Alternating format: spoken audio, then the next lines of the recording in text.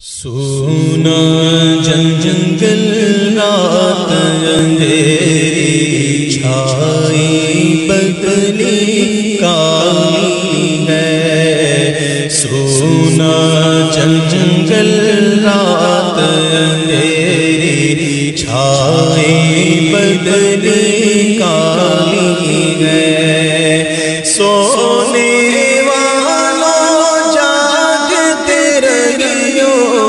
سونے والوں جاگتے رہیو، چوروں کی رکھوالی ہے۔ قال اللہ تبارک و تعالی فی القرآن المجید والفرقان الحمید، اعوذ باللہ من الشیطان الرجیم، بسم اللہ الرحمن الرحیم۔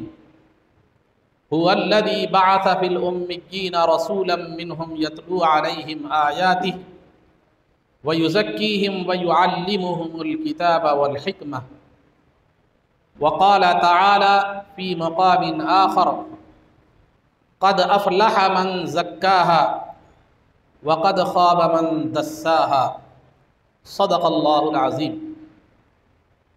قال الله تبارك وتعالى فی شان حبیبہ صلی اللہ علیہ وسلم، ان اللہ وملائکتہ یصلون علی النبی یا ایہا الذین آمنوا صلوا علیہ وسلموا تسلیما۔ اللہم صلی وسلم وزد وبارک علی حبیبک سیدنا ونبینا ومولانا محمد وعلی آلہ واصحابہ اجمعین۔ عزیزان محترم، جیسا کہ آپ حضرات بخوبی واقف ہیں، آج کی ہماری یہ محفل مجدد الف ثانی شیخ احمد سرہندی رحمۃ اللہ تعالی علیہ کے تذکرہ خیر میں جمع ہے۔ محفل یہ منعقد کی گئی ہے اور حضرت علیہ الرحمہ کے تعلق سے آپ تفصیلی خطابات استاد محترم مولانا سید شاہ عزیز اللہ قادری صاحب قبلہ حفظہ اللہ، تو استاد محترم مولانا سید صغیر احمد صاحب قبلہ حفظہ اللہ، شیخ الحدیث جامعہ نظامیہ سے آپ تفصیلی خطابات سماعت فرمائیں گے۔ مجھے جو عنوان دیا گیا ہے اس عنوان پر مختصر طور پر ایک عام انداز میں گفتگو کرتے ہوئے اپنی گفتگو کو سمیٹ لیتا ہوں۔ میرا جو عنوان ہے وہ طریقت کی شرعی حیثیت۔ طریقت کی شرعی حیثیت کیا ہے؟ انشاءاللہ میں اپنی گفتگو میں اس بات کی کوشش کروں گا کہ شریعت کیا ہے، طریقت کیا ہے، حقیقت کیا ہے اور معرفت کیا ہے۔ پھر یہ جو اصطلاحات بنی، کیا یہ سرکار کے زمانے سے تھی یا یہ اصطلاحات بعد میں وجود میں آئی؟ انشاءاللہ اس پر مختصر میں آپ کے سامنے گفتگو کروں گا۔ عزیزان محترم، انسان کے جو ہے نا دو رخ ہیں، ایک ظاہری رخ اور ایک باطنی رخ، یعنی انسان کا ایک ظاہر ہے اور ایک باطن ہے۔ جیسے جب آپ کوئی بھی آدمی مسلمان ہونا چاہتا ہے تو اس کے لیے ضروری ہے کہ جہاں وہ اللہ رب العزت کے ایک ہونے کا، سرکار کے رسول ہونے کا، یعنی اللہ کی وحدانیت اور سرکار کی رسالت کا وہ زبان سے اقرار کرتا ہے تو دل سے اس کو ماننا بھی اس کے لیے ضروری ہے۔ اسی طرح اگر کوئی آدمی نماز پڑھنا چاہتا ہے تو جہاں نماز میں رکوع، سجود، قرات، قیام وغیرہ فرض ہیں، اسی طرح نماز کے شروع ہونے سے پہلے نیت کرنا بھی فرض ہے، اور نیت دل کا عمل ہے۔ آپ بغیر نیت کے نماز پڑھیں گے تو پھر آپ کی نماز نہیں ہوگی، بغیر دل کے ارادے کے آپ نماز پڑھیں گے تو نماز مکمل نماز ہوگی ہی نہیں۔ اور اسی طرح زکوٰۃ ہے، حج ہے، روزہ ہے، جب تک آپ کے دل کا ارادہ نہ ہو اس عبادت کے حوالے سے، اس وقت تک آپ کی وہ عبادتیں مکمل جو ہے نا نہیں ہوگی۔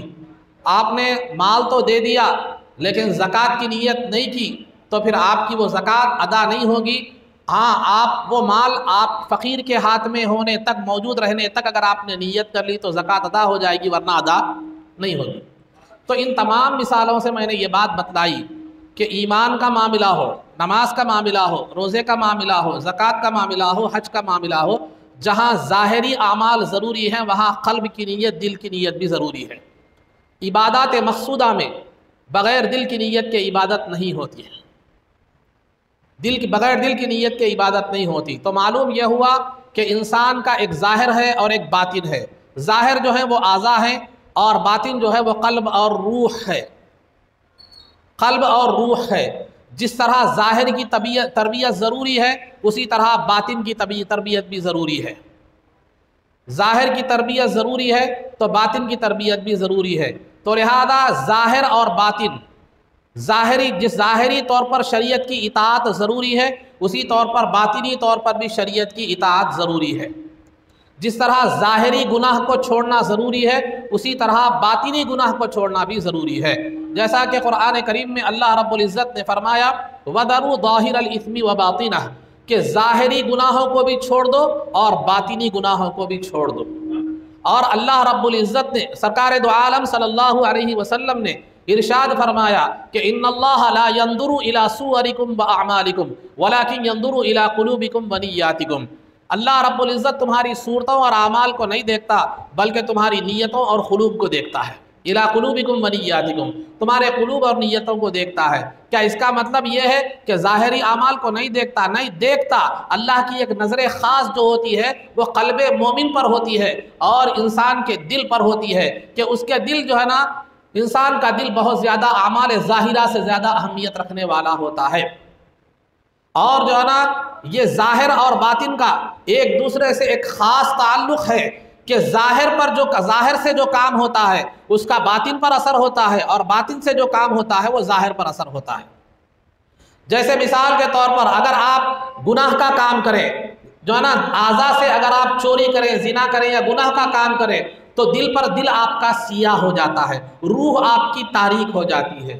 اسی طرح اگر آپ کا دل صحیح ہو تو جسم بھی صحیح ہوتا ہے، اگر دل خراب ہو تو جسم بھی خراب ہو جاتا ہے۔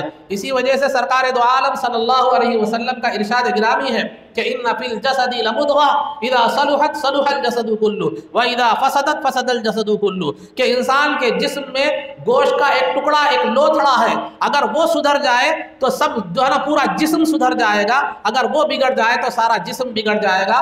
الا وہی القلب، خبردار ہو جاؤ وہ دل ہے۔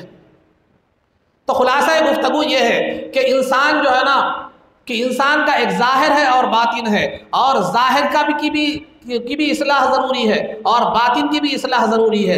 ظاہر بھی پابند شریعت ہو اور جو ہے نا باطن بھی پابند شریعت ہو، تو پھر اللہ رب العزت کی انعامات اور اس کی کرم نوازیاں ظاہر پر بھی ہوتی ہیں، اس کی نعمتیں، اور باطن پر بھی ہوتی ہیں۔ ظاہر پر چنانچہ اللہ نے فرمایا وَأَسْبَغَ عَلَيْكُمْ نِعَمَهُ ظَاهِرَةً وَبَاطِنَةً، اللہ رب العزت نے تم پر جو ہے نا اپنی نعمتوں کی بارش فرمائی، ظاہر پر بھی اور باطن پر بھی۔ تو خلاصہ گفتگو یہ ہے، ان تمام باتوں سے بتانا مقصود یہ ہے کہ انسان کا ایک ظاہر ہے اور ایک باطن ہے، اور نبی پاک صلی اللہ علیہ وسلم کو جو بھیجا گیا وہ ظاہر کی اصلاح کے لیے بھی بھیجا گیا اور باطن کی اصلاح کے لیے بھی بھیجا گیا۔ چنانچہ خطبے کے بعد میں نے جس آیت مبارکہ کی تلاوت کا شرف حاصل کیا اس میں اللہ رب العزت فرماتا ہے هُوَ الَّذِي بَعَثَ فِي الْأُمِّيِّينَ رَسُولًا مِّنْهُمْ، کہ وہی ذات ہے، وہی پروردگار ہے جس نے عرب کے ان پڑھ لوگوں میں ایک نبی کو بھیجا، یتلو علیہم آیاتہ، وہ نبی جو ہے ان پر قرآن کی آیتیں تلاوت کر کے پڑھ کر سناتے ہیں، وَيُزَكِّيهِمْ، اور ان کے دلوں کو پاک کرتے ہیں، وَيُعَلِّمُهُمُ الْكِتَابَ وَالْحِکْمَةَ، اور انہیں کتاب اور سنت کی تعلیم دیتے ہیں، کتاب اور سنت کی تعلیم دیتے ہیں۔ تو کتاب اور سنت کی تعلیم کے ساتھ ساتھ سرکار کی بعثت کا بھیجنے کا مقصد دو بتایا گیا، کتاب و سنت کی تعلیم دینا اور دوسرا تزکیہ قلب، یعنی دل کو پاک کرنا۔ تو سرکار کی بعثت کا مقصد بھی یہی ہے۔ اس کے بعد قرآن کریم کی دوسری آیت میں فرمایا گیا قد افلح من زکاہا، پاک کامیاب ہے وہ شخص جس نے اس دل کو اور روح کو پاک کر لیا، وقد خاب من دساہا، جو اس دل اور روح کو گناہوں کی گندگی میں پھنسا دیا وہ ناکام ہو گیا، دنیا و آخرت میں ناکام اور نامراد ہو گیا۔ تو عزیزان محترم، تو لہذا یہ تمام تفصیلات اور تمہیدات کے بعد میں آپ کو یہ بتانا چاہتا ہوں، تو شریعت جو ہے نام ہے دو چیزوں کا، ظاہر کا نام، شریعت نام ہے ظاہر کا بھی نام ہے اور باطن کا بھی نام ہے۔ شریعت صرف ظاہر کا نام یا باطن کا نام نہیں ہے۔ آج ہمارے پاس ایک عام نظریہ یہ بن گیا ہے شریعت کا مطلب ظاہر، طریقت کا مطلب باطن، نہیں، ہرگز یہ نہیں ہے، یہ غلط فہمی ہے ہماری۔ شریعت کے دو پہلو ہیں، جس طرح ایک سکے کے دو رخ ہوتے ہیں۔ اگر 1 روپے کا سکہ آپ کے ہاتھ میں تھما دیا جائے، ایک رخ پر 1 روپیہ لکھا ہوا ہے، دوسرے رخ پر جو ہے نا کوئی تصویر اتری ہوئی ہے، اگر آپ سے پوچھا جائے یہ کیا ہے تو 1 روپیہ ہے، اگر پھر دوسری رخ کی طرف آپ کو بتایا جائے یہ کیا ہے تو آپ 2 روپے نہیں بولتے بلکہ 1 روپیہ ہی بولتے۔ کیوں؟ اس لیے کہ وہی ایک سکہ ہے مگر اس کے 2 رخ ہیں، 1 رخ اور 2 رخ۔ تو شریعت کے بھی 2 رخ ہیں، ایک ظاہر اور ایک باطن۔ شریعت کے بھی 2 رخ ہیں، ایک ظاہر ہے اور ایک باطن ہے۔ ظاہر کی اصلاح کا نام فقہ ہے، ظاہر کی تربیت کا نام فقہ ہے۔ نماز کیسے پڑھنا، روزہ کیسے رکھنا، زکوٰۃ کیسے دینا، حج کے ارکان کیا ہے، کہاں سے شروع کرنا، کہاں پر ختم کرنا، پہلے کیا کرنا کیا نہیں، یہ ظاہری اعمال کی جو تربیت ہے، یہ ظاہری اعمال کا جو اصلاح ہے، یہ شریعت فقہ کہلاتی ہے، یہ فقہ کہلاتی ہے۔ اور برائی، ظاہری برائیوں سے روکنا، یعنی چوری کرنے سے روکنا، زنا کرنے سے روکنا، لڑائی جھگڑا اور فساد سے روکنا، ظاہری خرابیوں کو روکنا اور ظاہری اعمال کی اصلاح کرنے کا نام فقہ ہے۔ آپ کو فقہ میں ملے گا کہ نماز پڑھنا کیسا چاہیے، روزہ کیسا رکھنا چاہیے، زکوٰۃ حج کیسے کرنا چاہیے، پھر چوری کی سزا ہاتھ کاٹنا ہے، زنا کی سزا جو ہے نا اگر غیر شادی شدہ ہے تو جو ہے نا اس کو جو ہے نا 100 کوڑے مارنا ہے، اگر شادی شدہ ہے تو پھر اس کو جو ہے نا سنسار کرنا ہے یہاں تک کہ وہ ختم ہو جائے۔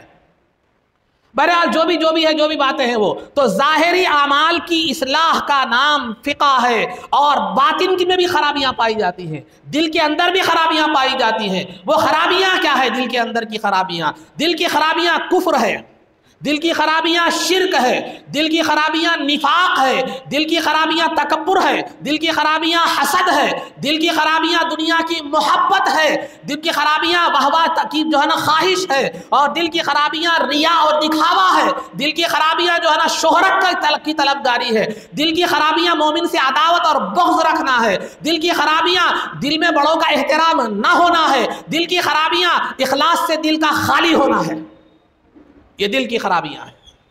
تو لہذا دل کی خرابیوں کی اصلاح کا نام طریقت ہے، ظاہر کی اصلاح کا نام فقہ ہے اور باطن کی اصلاح کا نام طریقت ہے، دونوں کا نام شریعت ہے، یہ دونوں کا نام شریعت ہے، شریعت کوئی الگ الگ چیز نہیں ہے۔ بعض علماء کرام کہتے ہیں کہ طریقت کوئی چیز نہیں ہے، اسلام کی سرزمین میں طریقت کا ہی دوسرا نام تصوف ہے، طریقت کا ہی دوسرا نام تصوف ہے۔ تو لہذا تصوف کیا چیز ہے؟ بزرگان دین نے باطن کی اصلاح کے لیے جو اصول اور قواعد مقرر کیے ہیں اسی علم کا نام تصوف ہے۔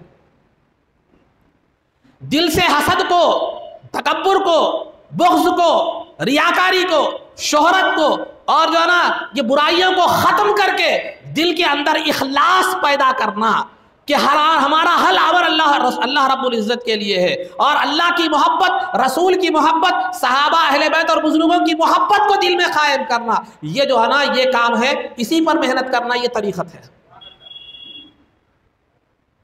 تو جو علماء بعض کہتے ہیں کہ طریقت کا کوئی تصور اسلام میں نہیں ہے، وہ غلط ہے، کیونکہ قرآن میں جو تزکیے کا حوالہ دیا گیا، دل کی صفائی کا حوالہ، روح کی صفائی کا حوالہ، تو لہذا یہ اس سے بات واضح طور پر معلوم ہوتی ہے سرکار کی بعثت کا بھیجنے کا مقصد ہی ظاہری اور باطنی دونوں تربیت ہے۔ بالفاظ دیگر آپ کہے جائیں تو سرکار کے بھیجنے کا مقصد جو ہے نا فقہ اور طریقت دو بھی ہے۔ تو بعض جو علماء کہتے ہیں کہ طریقت شریعت میں داخل نہیں ہے، یہ بھی غلط ہے، اور بعض جو اہل طریقت کہتے ہیں کہ یہ علماء کو کیا معلوم، یہ علماء ظاہر ہیں، ان کو کچھ نہیں معلوم، طریقت اور چیز ہے، شریعت اور چیز ہے، یہ بھی غلط ہے، یہ لا علمی کی علامت ہے۔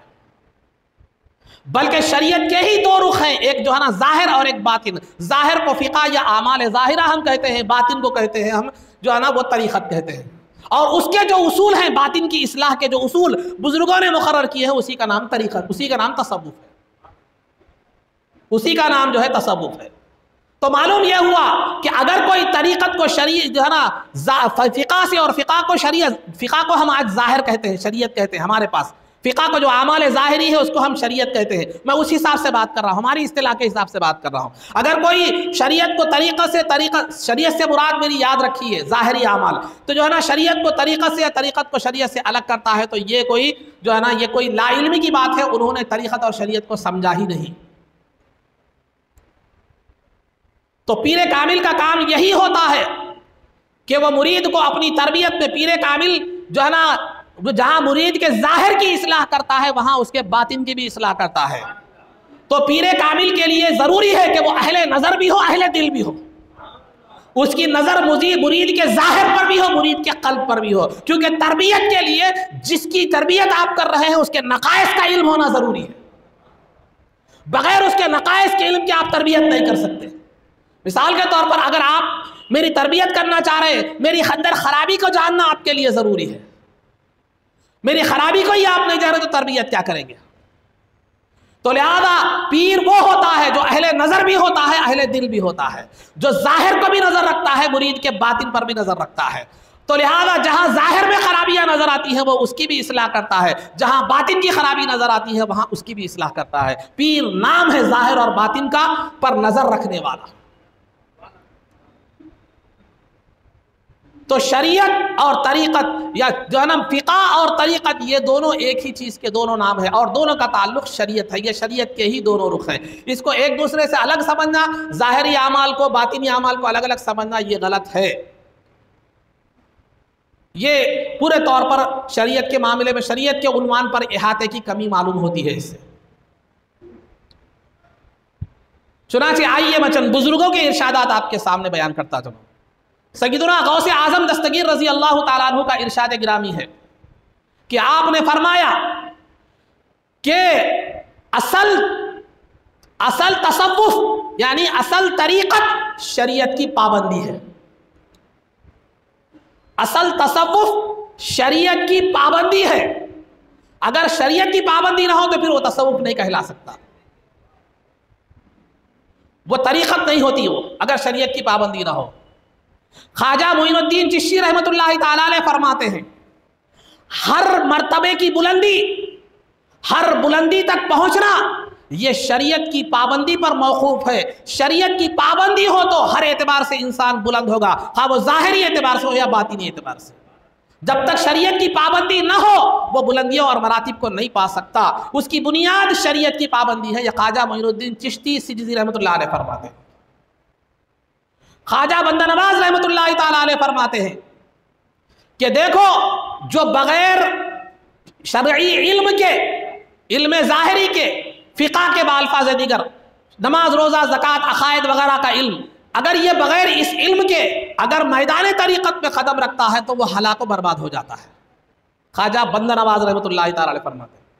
اور حضرت بایزید بستامی رحمۃ اللہ تعالیٰ علیہ فرماتے ہیں کہ اگر کوئی ہوا میں کسی کو اڑتا دیکھو، اگر کسی کو ہوا میں اڑتا دیکھو یا جو ہے نا دیکھا ہوگا کہ آدمی ہوا میں اڑ رہا ہے تو دیکھو اس کے اڑنے کو دیکھ کر تم دھوکے میں مت آنا، اس کے اڑنے کو دیکھ کر دھوکے میں مت آنا، پہلے دیکھو کہ وہ پابند شریعت ہے یا نہیں۔ اگر وہ پابند شریعت ہے تو ٹھیک ہے، اس کا اڑنا بھی قابل قبول ہے۔ اگر وہ پابند شریعت نہیں ہے تو وہ ولی نہیں ہو سکتا، اس کو دیکھ کر دھوکے میں مت آنا، کیونکہ تو ہوا میں تو جے پال جوگی بھی اڑا تھا۔ یہ جو بات جے پال جوگی کی ہے، بایزید بستامی رحمۃ اللہ علیہ کی بات نہیں ہے، میں اپنی بات بتا رہا ہوں۔ بایزید بستامی رحمۃ اللہ علیہ نے یہاں تک فرمایا کہ کسی کو ہوا میں اڑتا دیکھ کر دھوکے میں مت کھاؤ، ہاں یہ دیکھو کہ وہ پابند شریعت ہے یا نہیں۔ یہ بایزید بستامی رحمۃ اللہ علیہ، ورنہ خلاف عادت کام تو غیر مسلم بھی کر سکتا ہے۔ ایک گانجے ماسٹر اور جو ہے نا ایک گناہگار شرابی زانی بھی کر سکتا ہے جادو کی بنیاد پر، اس کو کرامت نہیں کہتے بلکہ وہ اس کو استدراج کہا جاتا ہے۔ اور استدراج کی حقانیت پر یا اس کے حق ہونے پر ایمان رکھنے کی ہمیں اجازت نہیں ہے۔ کرامت کی حقانیت پر ہمیں ایمان رکھنا ہے، معجزے پر ایمان رکھنا ہے۔ یہ بایزید بستامی رحمۃ اللہ تعالی علیہ فرماتے ہیں، اور جنید بغدادی رحمۃ اللہ تعالی علیہ فرماتے ہیں، جنید بغدادی رحمۃ اللہ تعالی علیہ، جنید بغدادی رحمۃ اللہ تعالی علیہ فرماتے ہیں کہ اللہ کی بارگاہ تک پہنچنے کا صرف ایک راستہ ہے، اللہ کی بارگاہ تک پہنچنے کا صرف ایک راستہ ہے، اور وہ راستہ ہے اتباع نبوی۔ سرکار کی اتباع کر کے، شریعت کی پیروی کر کے ہی تم اللہ کے راستے تک، وہ ایک ہی دروازہ کھلا ہے، باقی سب دروازے مخلوق کے لیے بند ہیں۔ تو لہذا عزیزان محترم، اب آپ اس بزرگوں کے اقوال سے اندازہ لگائیے کہ جب تک پابندی شریعت نہ ہو اس وقت تک کوئی چیز حاصل ہونے والی، نہ ولایت ملنے والی ہے، نہ مرتبہ ملنے والا ہے، نہ خدا کی بارگاہ تک پہنچنا ہے۔ اگر آپ شریعت کو چھوڑ کر، اعمال ظاہری کو چھوڑ کر، نماز روزہ زکوٰۃ حج اور شریعت کی پابندی اتباع نبوی کو چھوڑ کر اگر آپ یہ سمجھتے ہیں کہ میں جو ہے نا اللہ کی بارگاہ تک پہنچ گیا، میرا بہت بڑا مقام ہے، تو یہ دھوکہ ہے اور شیطانی وسوسہ ہے، اس سے زیادہ کچھ نہیں۔ اب آخری بات میں بتلاتا چلوں کہ یہ شریعت، طریقت، معرفت، حقیقت کیا ہے؟ حقیقت اور معرفت یہ کیا ہے؟ بعض لوگ کہتے ہیں کہ معرفت پہلے ہے، حقیقت بعد میں ہے، حقیقت پہلے ہے، معرفت بعد میں ہے، لیکن حقیقت اور معرفت دو ایک ہی مقام کی چیزیں ہیں۔ یہ کیا ہے اور اس کی اصطلاح کیوں وجود میں آئی؟ یہ دو باتیں بتاتے ہوئے اپنی گفتگو کو سمیٹ لیتا ہوں۔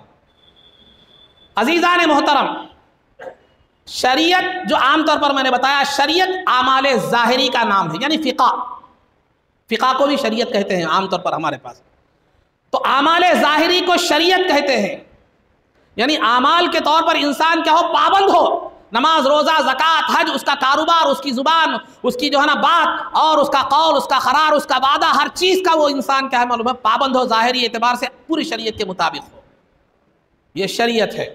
اور دوسرا، اس کا دل پاک ہو، اس کا دل کیا ہے؟ پاک ہو، تکبر سے، بغض سے، عداوت سے، جو نا ریاکاری سے، شہرت سے، دکھاوے سے، حسد سے، دنیا کی محبت سے، دنیا کی عزت سے، خود کی تعریف اور عزت کروانے سے جب اس کا دل پاک ہو جاتا ہے تو وہ کہتے ہیں وہ طریقت ہے، وہ راستہ۔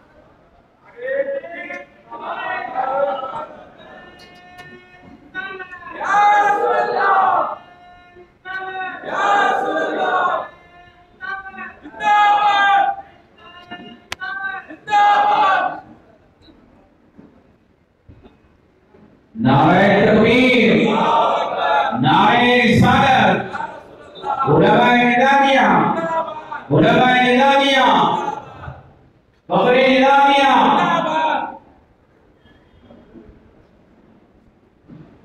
جب اس کا ظاہر جو ہے نا احکام الہی کے مطابق ہو تو وہ شریعت ہے، اس کا باطن پاک ہو تو وہ طریقت ہے۔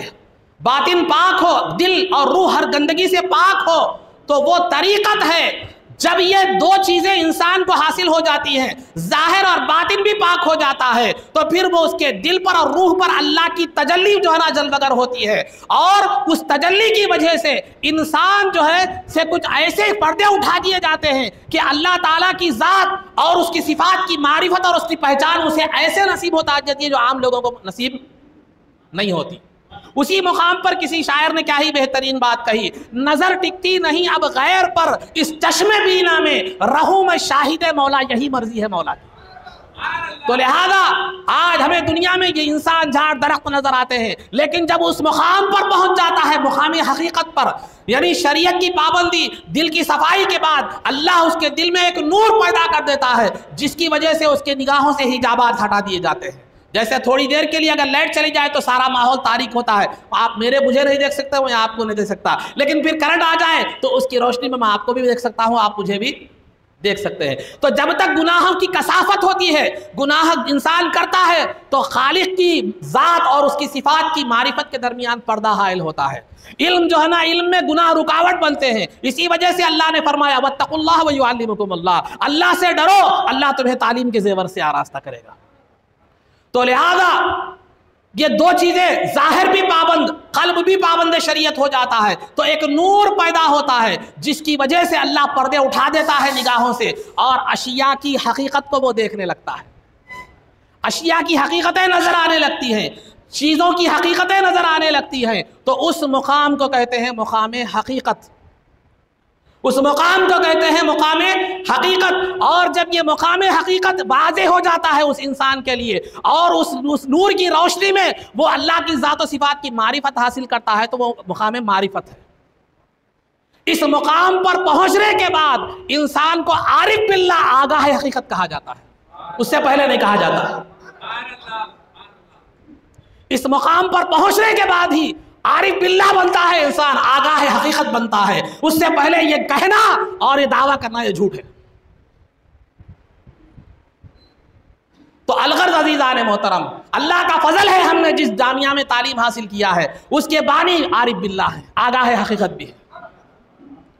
اس کی مثال میں آخری دلیل دیتے ہوئے جو 3 میں باتیں بتایا ہوں، شریعت، طریقت، حقیقت، معرفت، یہ میرے استاد محترم سید شاہ طاہر رضوی رحمۃ اللہ تعالی علیہ ایک مثال، بہترین مثال دیا کرتے تھے۔ مجھے فرماتے تھے شریعت کی مثال دودھ کی ہے، طریقت کی مثال دہی کی ہے، حقیقت کی مثال مسکے کی ہے، اور معرفت کی مثال گھی سے ہے۔ اگر یہ چاروں ایسے ہیں کہ ان میں سے ایک بھی دوسرے سے جدا نہیں ہے، ہر ایک کا دار و مدار ایک پر ہے۔ اگر کوئی یہ دعویٰ کرتا ہے کہ گھی دودھ سے الگ ہے، یہ بھی غلط ہے۔ کوئی دعویٰ کرتا ہے کہ دہی دودھ سے الگ ہے، یہ بھی غلط ہے۔ کوئی دعویٰ کرتا ہے کہ مسکا دودھ سے الگ ہے، یہ بھی غلط ہے۔ تو یہ چیزیں ایسی ہیں، ایک دوسرے کا باطن ہے۔ حضرت فرمایا کرتے تھے شریعت کا باطن طریقت ہے، طریقت کا باطن حقیقت، حقیقت کا باطن معرفت ہے۔ اس کو میں ایک جو ہے نا علامہ امام قسطلانی رحمۃ اللہ تعالی علیہ، امام قسطلانی رحمۃ اللہ تعالی علیہ نے اپنی بخاری کی شرح ارشاد الساری میں جو ہے نا علم کی 3 قسمیں آپ نے بیان فرمائی ہے۔ ایک علم ظاہر جو میں نے فقہ کے حوالے سے آپ حضرات کے سامنے بیان کیا، علم ظاہر۔ پھر علم باطن کی 2 قسمیں ہیں، ایک جو ہے نا معاملہ، ایک مکاشفہ۔ معاملہ کا مطلب قلب کی صفائی، قلب کی تربیت اور قلب کو پاک کرنا، جس کو میں نے طریقت کہا ہے، یہ علم معاملہ ہے۔ پھر اس کے بعد جب دل میں نور پیدا ہونے کے بعد اشیاء کی حقیقت، اللہ کی ذات و صفات کی جو ہے نا حقیقت اسے معلوم ہو جاتی ہے، مطلب اس کے پردے اٹھ کر اللہ کی ذات کو اور صفات کی حقیقی معرفت حاصل ہو جاتی ہے، جس کو میں نے حقیقت کہا وہ علم مکاشفہ ہے۔ مکاشفہ کے معنی چیزوں کا ظاہر ہو جانا۔ اب وہ دیکھتا ہے جو ہم نہیں دیکھ سکتے۔ دیکھنے میں تو وہ ہماری طرح انسان دکھتا ہے، دیکھے تو مصعب ہے، ٹوپی ہے، داڑھی ہے، کرتا ہے، پیجامہ ہے، شیروانی ہے، سادے سیدھے انداز میں مصعب کیا ہے سمجھنا، کیونکہ ہمارا آج معیار کیا ہو گیا بزرگی کا، کپڑے شملہ جس کا جتنا بڑا ہو رتتا ہو۔ کیونکہ پہلے لوگوں کی نگاہیں ظاہر پر نہیں باطن پر تھی، ان کی نگاہوں میں گہرائی تھی۔ ہمارا حساب بچوں کی طرح ہو گیا، اس لیے کہ جو چمک رہا ہے وہ کھلونا بچہ پسند کرتا ہے، جو کھلونا نہیں چمک رہا اس کو پسند نہیں کرتا۔ تو طریقت کے معاملے میں ہمارا مزاج چمک پر چلا گیا، تو چمک پر نہیں دیکھنا ہے۔ میں نے غوث پاک، خواجہ بندہ نواز، خواجہ اجمیری، بایزید بستامی، جنید بغدادی رحمۃ اللہ تعالی علیہم کے اقوال میں نے بے دیکھے، ہر ایک کا ایک ہی جو ہے نا سب کا ایک ہی خلاصہ ہے کہ شریعت کو پہلے دیکھو، شریعت کو پہلے دیکھو، اس میں کامیاب ہے تو سب میں کامیاب ہے۔ ہال ٹکٹ صحیح ہے تو ایگزام بھی صحیح، پھر رزلٹ بھی نکلے گا۔ ہال ٹکٹ ہی صحیح نہیں تو پھر ایگزام میں نہیں، پھر رزلٹ بھی نہیں۔ تو یہ چند باتیں، یہ گزارشات تھی میری جو میں نے آپ حضرات کے سامنے رکھی۔ اب جو ہے نا اب تک یہ میرا ایک چراغ آپ کے سامنے جل رہا تھا، اب آفتاب بھی موجود ہے، تو لہذا آفتاب آمد چراغ برخاست، تو لہذا آفتاب کی آمد کی بعد اب چراغ کی ضرورت باقی نہیں رہی۔ اللہ رب العزت سے دعا گو ہوں جو کچھ بھی کہا گیا اس پر عمل کی توفیق رفیق عطا فرما، عزت و عافیت کی زندگی دے اور ایمان پر ہمارا خاتمہ فرما، قبر میں دیدار مصطفیٰ سے بہرور فرما، سرکار کے قدموں میں ہمارا حشر فرما، آپ کی شفاعت عظمیٰ سے ہم کو بہرور فرما، آپ کے دست مبارک سے جام کوثر پینا نصیب فرما، جنت میں آپ کی غلامی معیت اور رفاقت نصیب فرما۔ صلی اللہ تعالی وسلم علی خیر خلقہ سیدنا محمد و آلہ و صحبہ اجمعین برحمتک یا ارحم الراحمین والحمد للہ رب العالمین۔